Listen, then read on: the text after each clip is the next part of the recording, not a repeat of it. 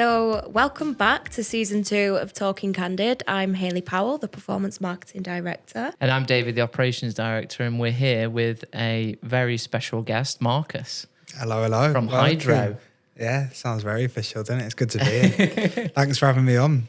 Yeah, I think you've changed quite substantially since I last saw you. It's like I'm also seeing like a different person. Is it walk me? through that door? Yeah. But you genuinely, you look happy, man. Thank you, look man. really Yeah, happy. you're glowing. You Yeah. are glowing. yeah. No, I feel good. It's like we were talking about it before, but it's so I keep surprising myself from where it's gone. But I kind of feel like it links into just generally like day to day like productivity and just becoming the better version of myself, which I feel like I'm working towards, which is good. Because I wake up at like, 8 a.m, 8:30, and then I've seen your Instagram stories Already at like boxed 4 off a.m. half a wake up, day. and he's already got like a workout Yeah. and jogging. And I'm like, bloody hell, I shouldn't have had that Macca's last night. It's funny though, because like, I always said to myself, I was a morning person. But Yeah. like this is like sometimes I'll sit in the car and I'm like driving and I'm like, you're pretty nuts. Like actually getting up at this time, freezing cold, but it's weird and it starts to become like more of a habit. Yeah. Whereas Yeah. if I don't now, like on Tuesdays, because I'm normally in Manchester on the morning, I don't get up earlier and I feel a bit out of sync really. But yeah, it comes back to like getting the hardest part of the day boxed off and then I can just focus on like, do you know what I mean, the tasks at hand. So it works well, but don't get me wrong, like it gets to like 11, 12 o'clock and I'm knackered. Yeah, I bet. Yeah. Well, like, it's a good habit to have though, isn't it? Yeah. And we're going to be talking about your business Hydro a little bit later on. Yeah. But how would you say that this impacts like your productivity, your business mindset? yeah, it's, I think I've said it before, it's like, I definitely feel like now it's like better fitness, better business. Like I want to be like the type of person where, do you know what I mean, you can have a meeting with clients or prospects and they feel confident in you because like if you take good care of yourself, you can take good care of everything else. Yeah. Yeah. So it just feels like it like works in sync and ultimately it's like someone asked me the other day, they were like, what are you training for? And like obviously I've got a few like events in the calendar, but it's like generally just for like the future. Do you know what I mean? Like longevity and health, family, fitness. You want to be someone that like some other people can be proud of. Do you know what I mean? So Yeah. I think it's important, isn't it? As we grow up, I think the realization that we're not invincible and we do need to take care of ourselves is more of a reality than ever before. yeah, it's definitely, I don't know. I kind of didn't expect 2024 to be like the year when everyone started running and taking care of themselves. Like a lot of people are, yeah. It is really nice to see. Do you know what I mean? Especially like after COVID and so I feel like it's taken a little bit for people to get back into the swing of things, but I'm all for it. Like a couple of other people like messaged me and like, they're like, I've seen your stuff. Like I've started getting back into it. And then I see other people like at the gym and it's like that's all I want. All I ever want is to like have that influence where you inspire other people to become better. Like it's insane. I will admit I'm probably one of those people where I'm looking at it and I'm like, right, I need to like focus on this because like I'm a big believer in that like health is wealth. I know that's like a really cheesy tagline. It's so true though. Like before I used to go to the gym quite regularly. I wouldn't say I was like 6-pack fit or like majorly committed, but it was like an hour or here like a couple of times a week and just your mental performance and your energy levels are so elevated after doing that sort of workout. And I'm like, okay, like I need to get into it. Yeah. You're doing the whole fitness thing that a couple of people I know on Instagram are doing the whole fitness thing and they're all getting into shape. And I'm like, I don't feel like I've shedded my COVID weight yet. Like, cause I was probably like, I think I was about 11.5 stone prior to COVID. And now I'm like at 14. Yeah. I don't feel like I look much bigger, but I feel much bigger. And, sometimes I'm like, I'm very tired. So I'm like, I need to get back into it. So it's like finding a structure that works for you. Like, I mean, originally I did start going in the mornings because I prefer to get out of the way and then in an evening I can relax. But now that Sophie's on board with it, she'll drag me to the gym on an evening. So now I'm going morning and evening. Way. Wow. But it's because we've done it for so long now. It just feels it's quite enjoyable. Do you know what I mean? And yeah, I think 2022, I think I was like 116, 117 kg. Yeah. And now I'm 92. Wow. Wow, that's amazing. And you used to be quite athletic before that, didn't you? Yeah. That, like before when we were in COVID. the house share, Yeah, I feel like that was the Marcus that I like remember. And that's why I feel like I did like just lost myself, like just lazy habits and just generally being too comfortable, which is never good. Do you know what I mean? Yeah. So, Marcus, you're a friend of the podcast. Talk to us a little bit about how you two know each other. yeah. Oh, this is such an interesting story. So I always tell everyone about it just because it's like, I don't know, it just makes me like feel happy.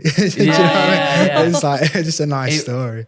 I felt like, so when I made the big move to Manchester, and I've told the story before of like how I kind of got here and went over, but I moved here on my own. I think a lot of people are aware of that. And so I was like, okay, well, I'll go to a house share because there's no point in signing a 12-month lease with a massive expensive apartment if I don't know whether it's going to work out in Manchester. So I got the house share, of which you was a part of as well.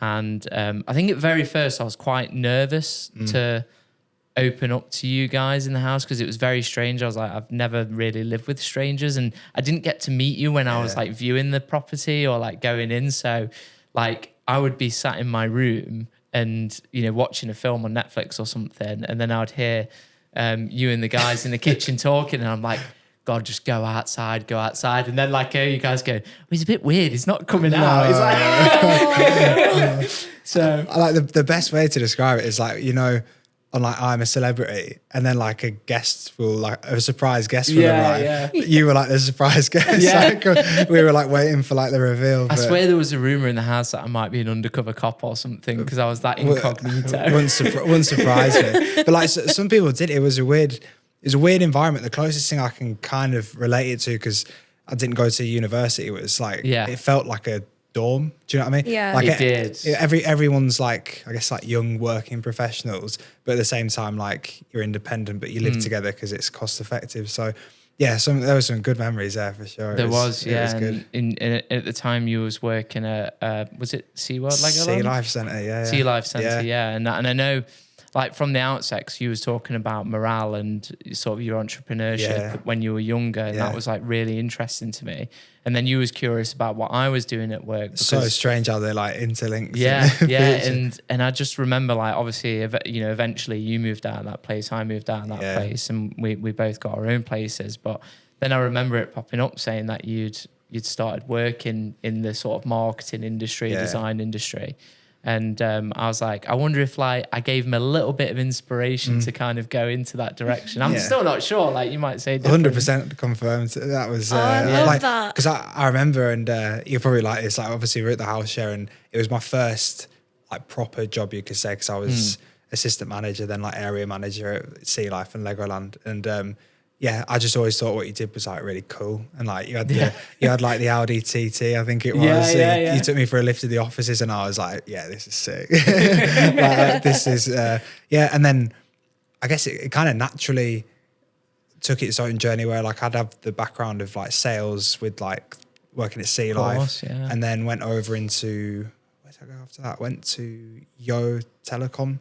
So worked in telecom sales for a bit, and that for me was where it was like, just literally, I feel like being able to pick up the phone and have a conversation with someone is I mean, it's pivotal in every business. Do you know what I mean? Being able to just have a chat, but the cold aspect of it, and like actually going through like 200 calls a day, it really.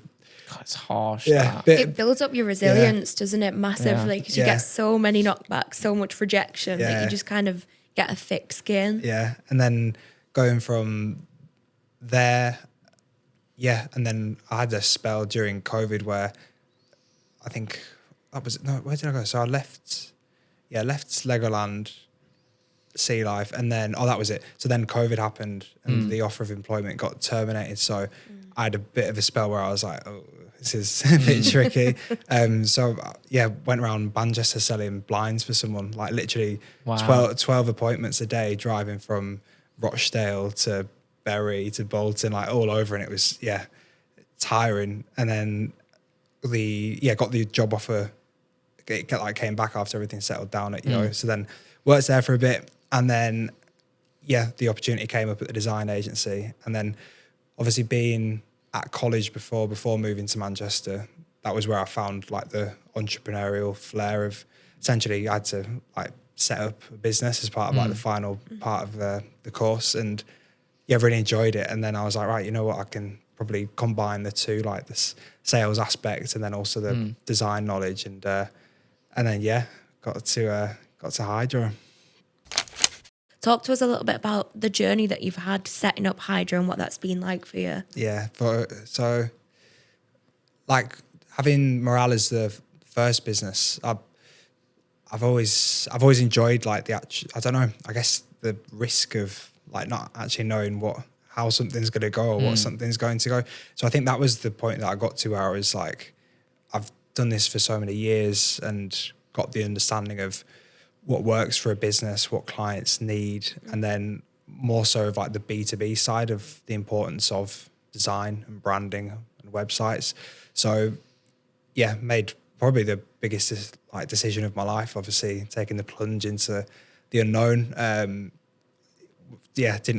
like a small amount of savings, no clients, like nothing set up at all, but I just knew that I had to take the risk and take the jump. So yeah, handed my notice in, and it was non-stop work, just literally honing in everything that I'd learned and done previously. But like I did feel like I was quite fortunate in having a network in Manchester of people that I did know, people that would support. And then it was kind of like a pinch me moment, because it wasn't too long before we onboarded the first subscription plan client. So just go into a bit of detail that, I guess. So there's basically like two sides to Hydro. We support like one-off projects, so like developing a brand website.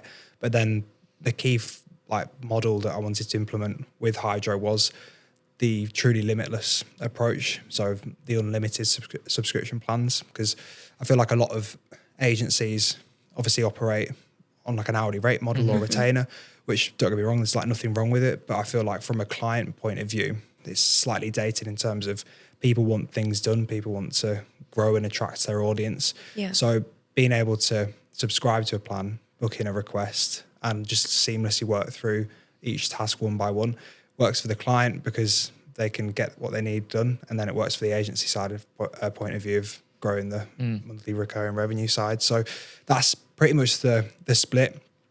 We've redefined ourselves a little bit in terms of, it got to a point where like we offered so much, and I kind of feel like we lost our like key pillars or key service areas.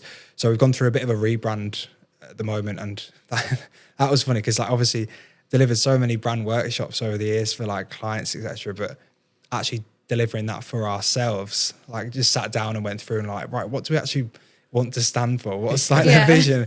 It was the most difficult process, but it got there in the end. But yeah, it was.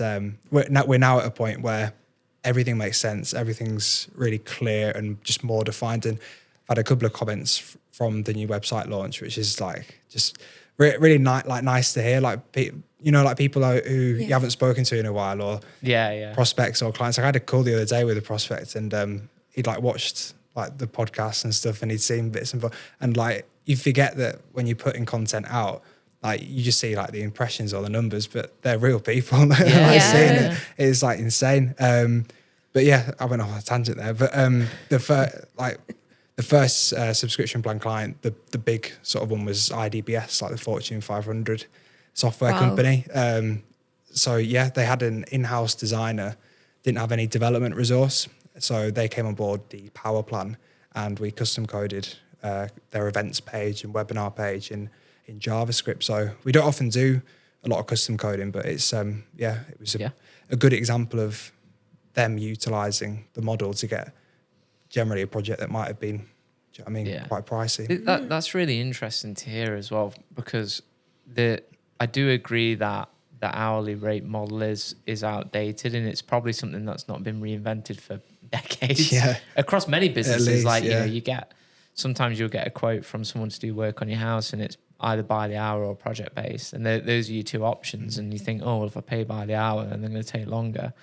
And I think what's truly interesting about the way you've done the business, and it's quite a scary model as well. 'Cause it's kind of like there's a lot of commitment to the businesses you partner with. Obviously, you're probably very selective of those, but I've always thought the limitations of hourly rates are the limitations of hourly rates, and usually it's the limitations of a client's budget. Yeah.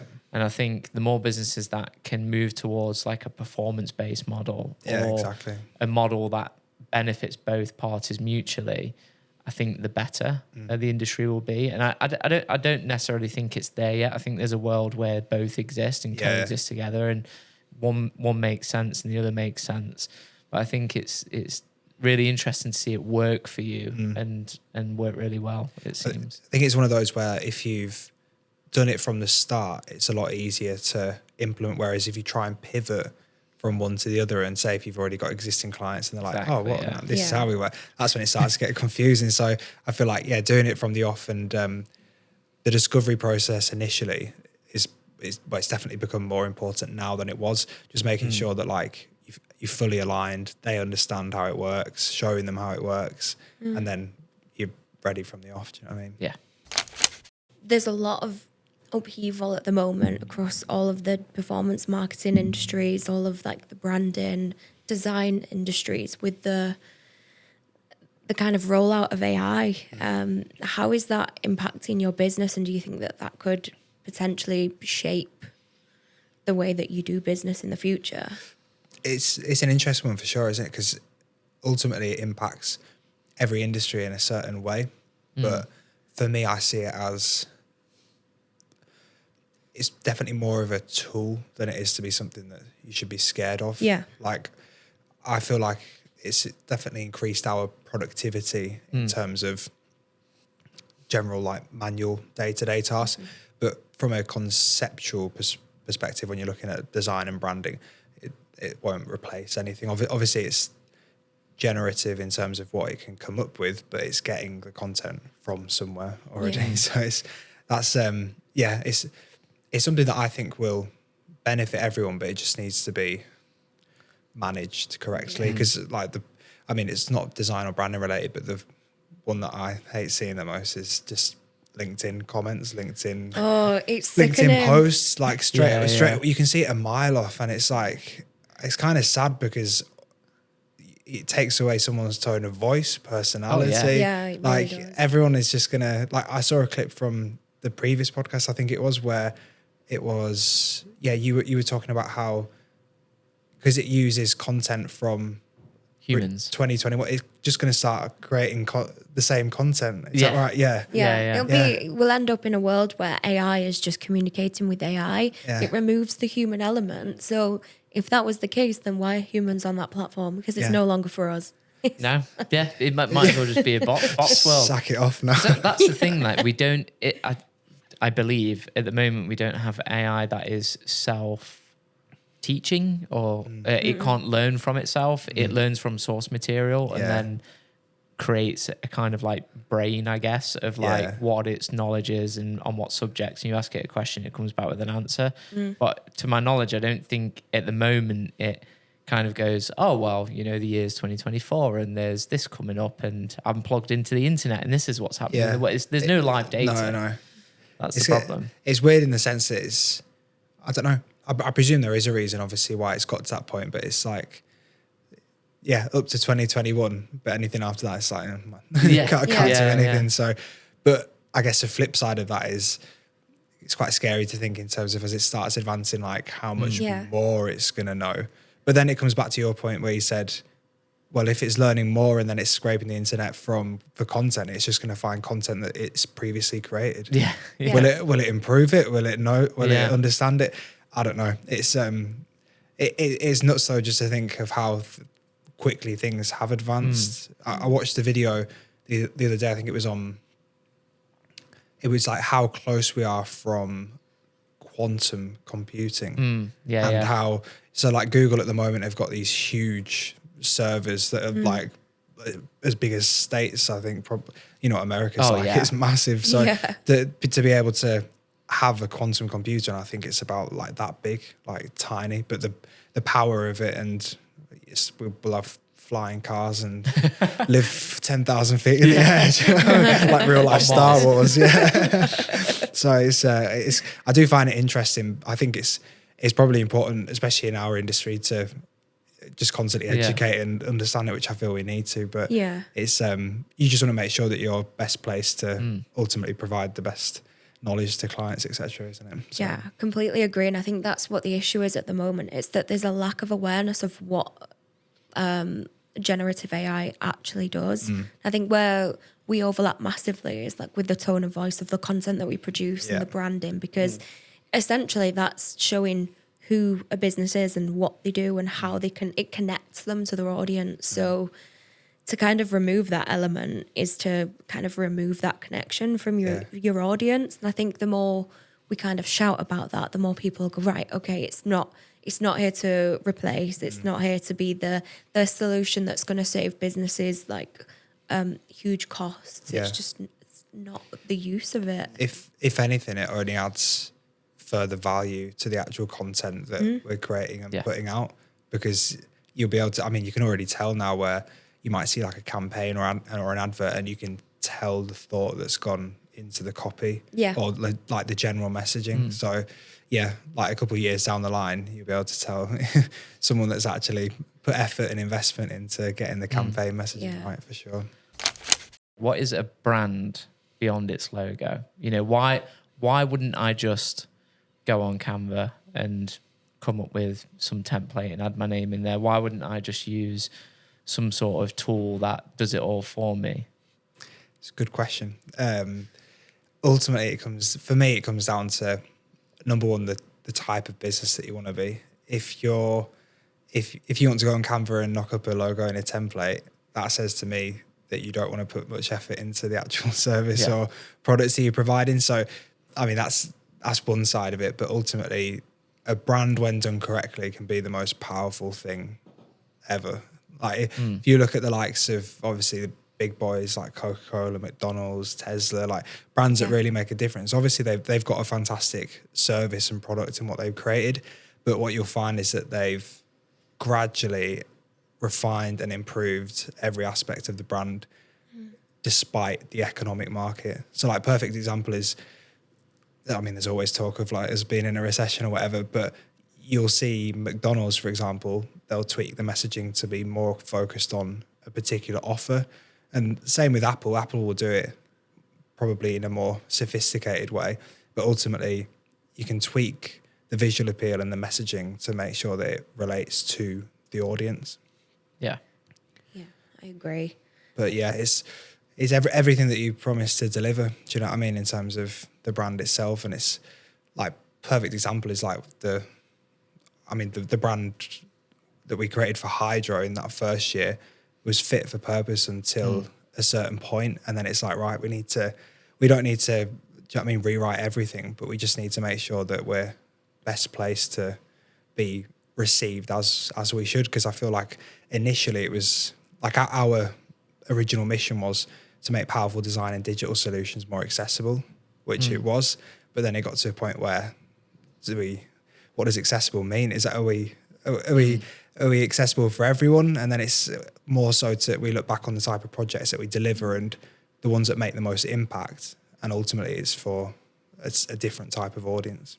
So yeah, I think that's important to mention, because it's very easy to assume that a brand is just its logo. And I think while a lot of people are definitely educating themselves on what it takes to be a good brand, not just a brand, a good brand, I think people do get caught up in the visual aspect of it. Whereas, as you've probably explained, a brand is more about, a feeling, its products, its messaging, its audience, like how it like motivates you every single day. And because a logo is not communication, it's identification. Yeah. So whereas the brand is the communication, it's how does someone feel when they see a brand? Like perfect example is like if you look at like clothing brands, obviously the logo is, it's what like people pay for the logo, but they're paying for the feeling of wearing it. Yeah. Do you know what I mean?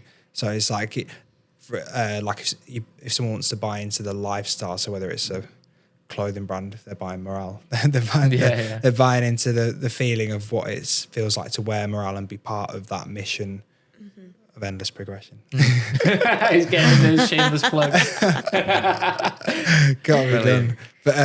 But yeah, it's one of those things where if you do it well and you do it correctly, like you're setting yourself up for, like it's hard to go wrong when you do it well and do it right. For sure. Canva will only get you so far. Of course, yeah. I definitely don't recommend it.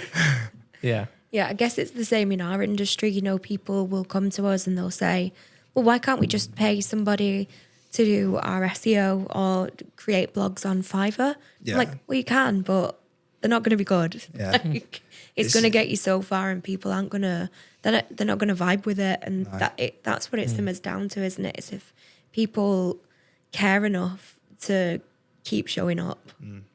I think one of the things that, like, I think I've gotten to a point now where I'm just like, if someone's like, oh yeah, well, I could do it on Fiverr or I could do it on camera, I'm like, well, do it.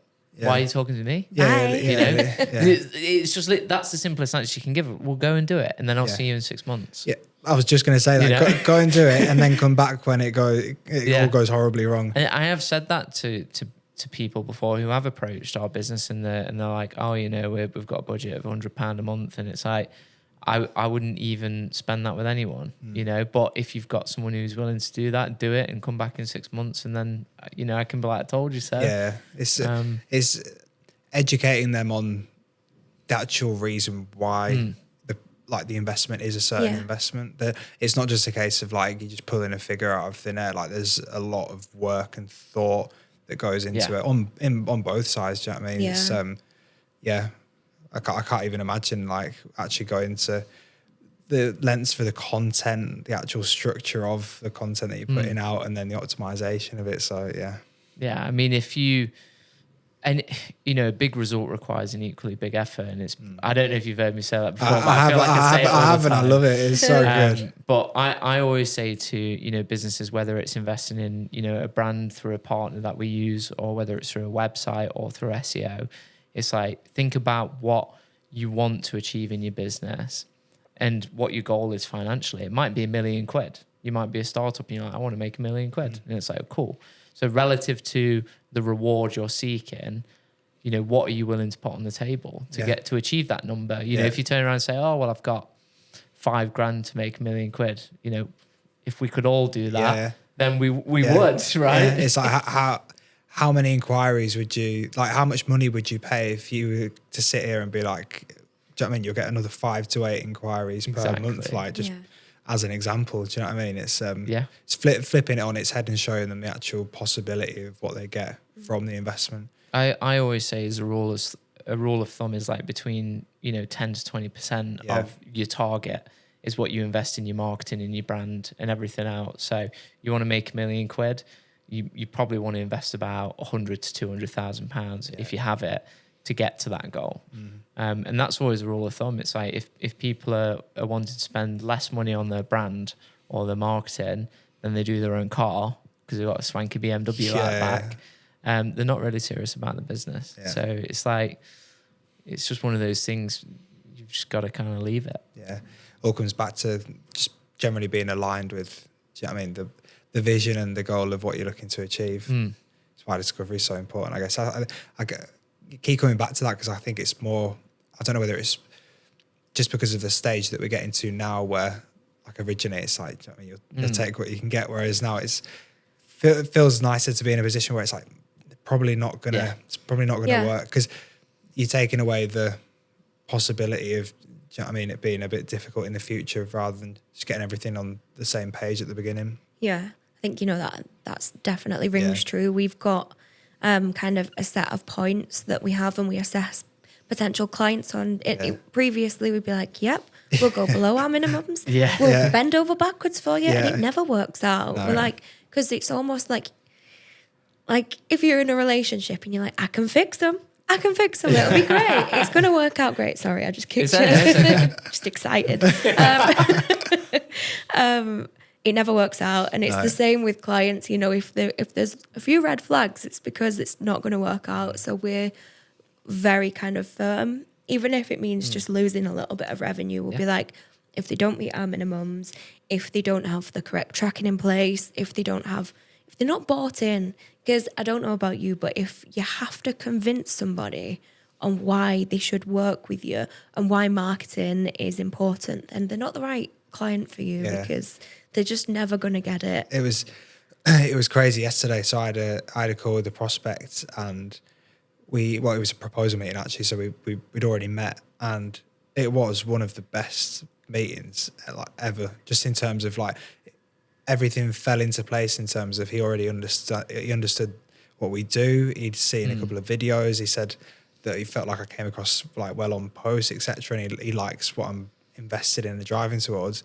And I got 10 minutes into the proposal meeting, and he was like, Marcus, I'll save you the sales pitch. Like, I already want to work with you. Nice. And I was like, I love that. I was like, I just sat there and I just couldn't stop smiling. I was like, but it's really reassuring, because you know that, like, because we were speaking about it the other day when I was asking about PVC, and just actually honing down on what you believe in.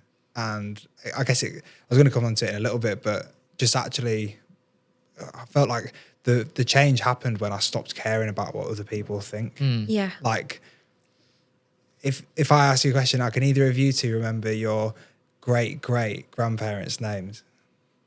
No idea.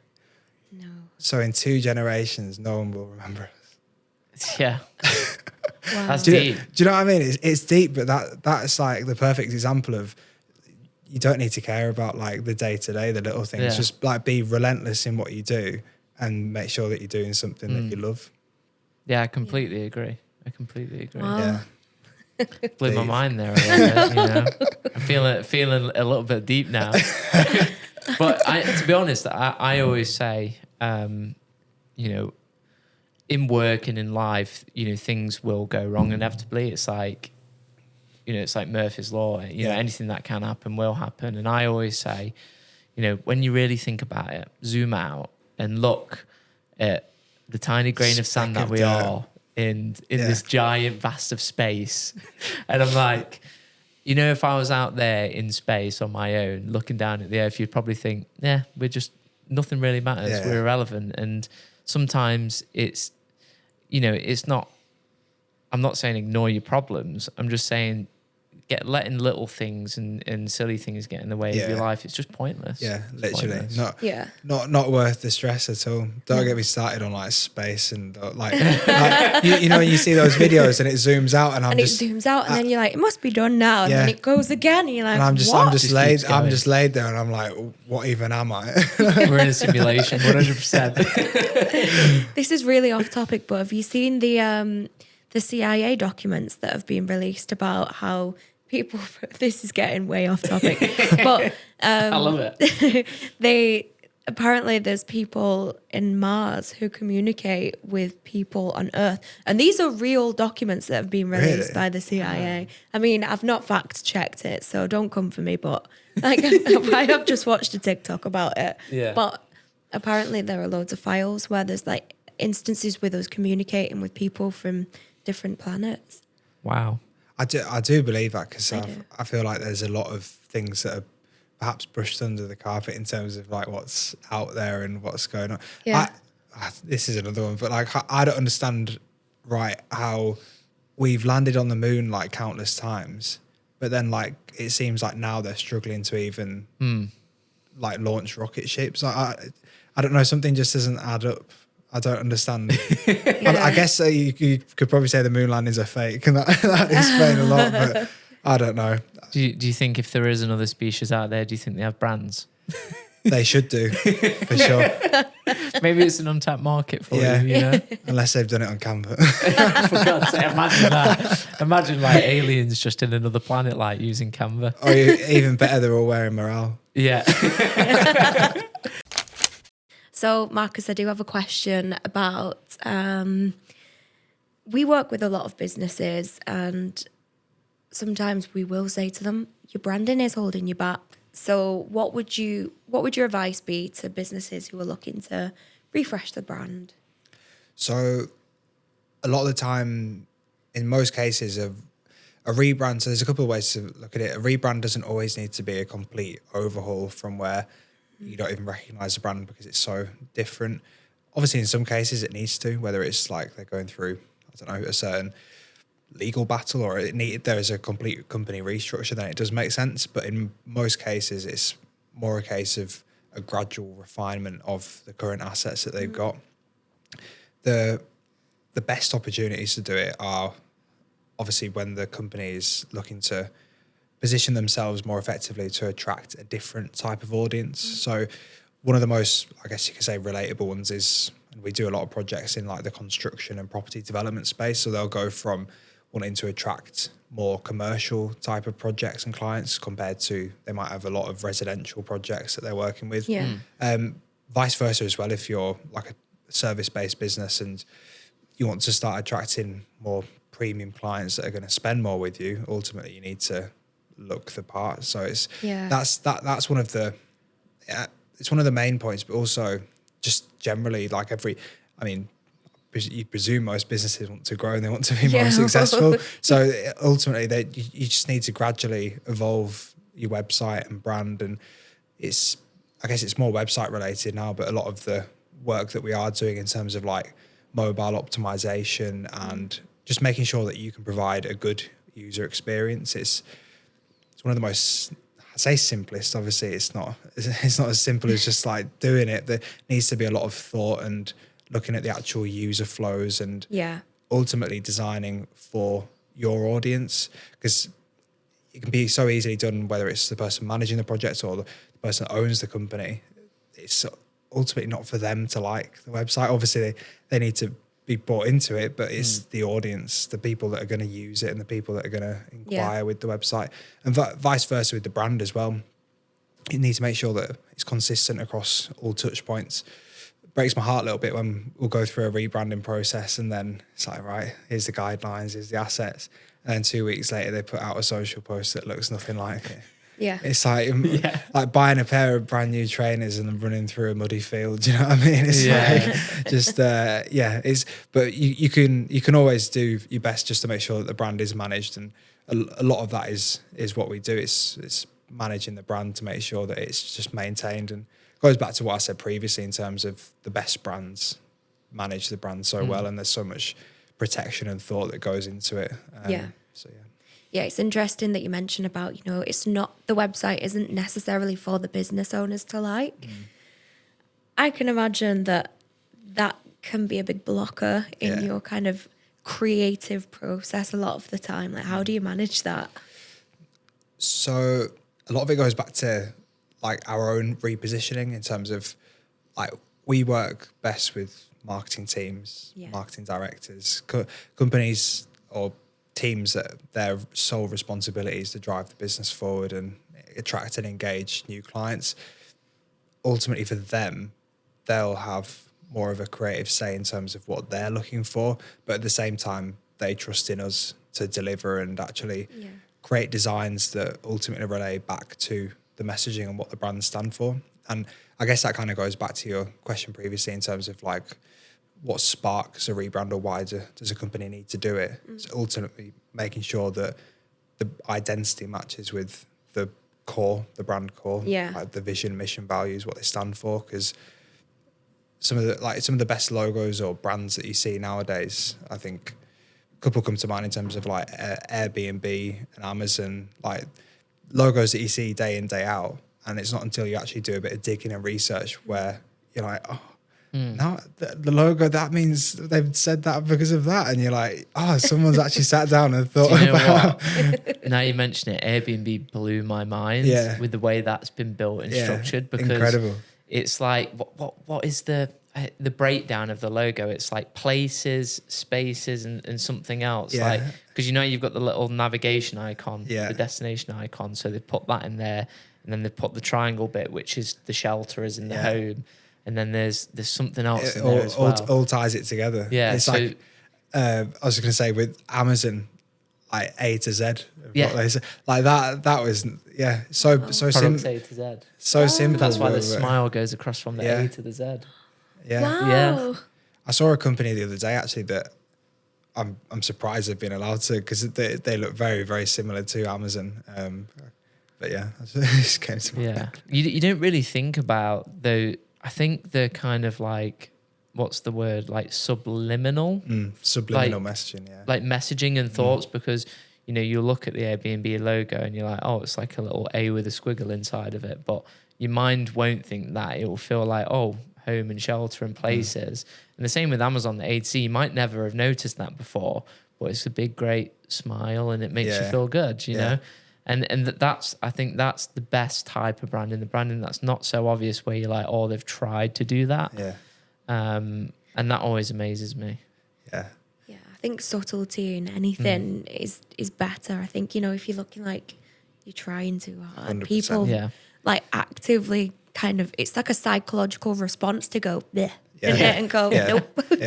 Less is always more. Yeah, in everything. Yeah. And how do you, so, you know, I'm a brand and I've, you know, been convinced to get a new brand identity and evolution of what I've currently got. How do I then measure the success of my rebrand or my new brand that I've just paid for?